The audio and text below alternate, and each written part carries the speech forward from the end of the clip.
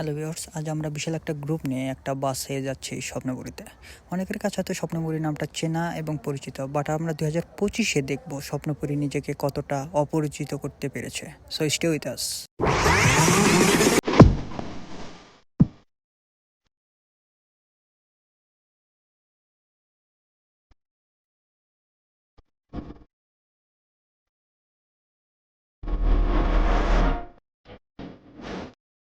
দিনাজপুর সদর হতে ফুলবাড়ী উপজেলা, তারপর আফতাবগঞ্জ। মূলত এই আফতাবগঞ্জেই স্বপ্নপুরী পার্কটির অবস্থান।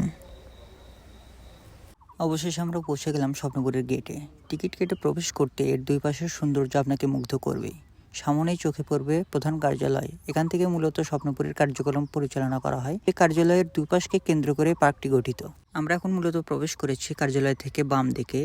এদিকটা রয়েছে ভ্রমণকারীদের জন্য রান্না করার ব্যবস্থা। তারা নিজ ব্যবস্থাপনায় এখানে রান্না করতে পারবে। রান্না করার জন্য এখানে রয়েছে বিভিন্ন প্রকার চুলা, রয়েছে একসঙ্গে বসে খাওয়ার জন্য সুন্দর ব্যবস্থা। পাশাপাশি গ্রুপের গাড়ি পার্ক করার জন্য রয়েছে এখানে পার্কিং জোন। আর এইসব সুযোগ সুবিধা গ্রহণের জন্য এখানে আলাদা করে টিকিট কেটে নিতে হবে। আর এবার আমরা চলে এসেছি পার্কের মেইন এরিয়াতে। মূলত এখানকে কেন্দ্র করে সবার আগ্রহ। আর এই এরিয়াটি বিশাল দুইটি পুকুরকে নিয়ে পরিকল্পিতভাবে সাজানো হয়েছে।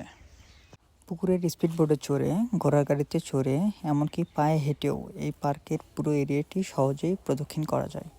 আর এই প্রদক্ষিণ করার সাথে সাথে এর চারিদিকের সৌন্দর্য যে কাউকে মুগ্ধ করবে। কোথাও চোখে পড়বে কৃত্রিম গাছ, রোড ডিভাইডারের অসম্ভব সুন্দর কারুকাজ, দেয়ালের সুন্দর চিত্র অঙ্কন। আবার কোথাও মনে হবে আগত অতিথিদের ফুল বরণ করে নিচ্ছে। এক কথায় স্বপ্নপুরীর সৌন্দর্যে যে কেউ মুগ্ধ হবেই।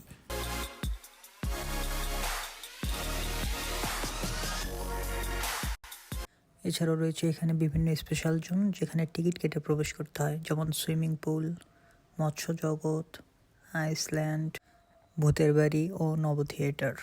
আর নিজের ভালো লাগাকে অন্য মাত্রায় নিয়ে যাওয়ার জন্য এখানে বিভিন্ন প্রকার রাইড রয়েছে।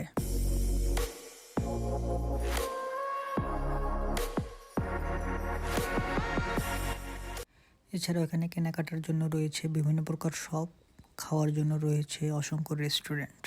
আর চাইলেও যে কেউ রাত্রি যাপনের জন্য এখানে কটেজ ভাড়া নিতে পারে, কারণ সন্ধ্যা থেকেই স্বপ্নপুরী সুন্দর আলোকিত রূপ ধারণ করে।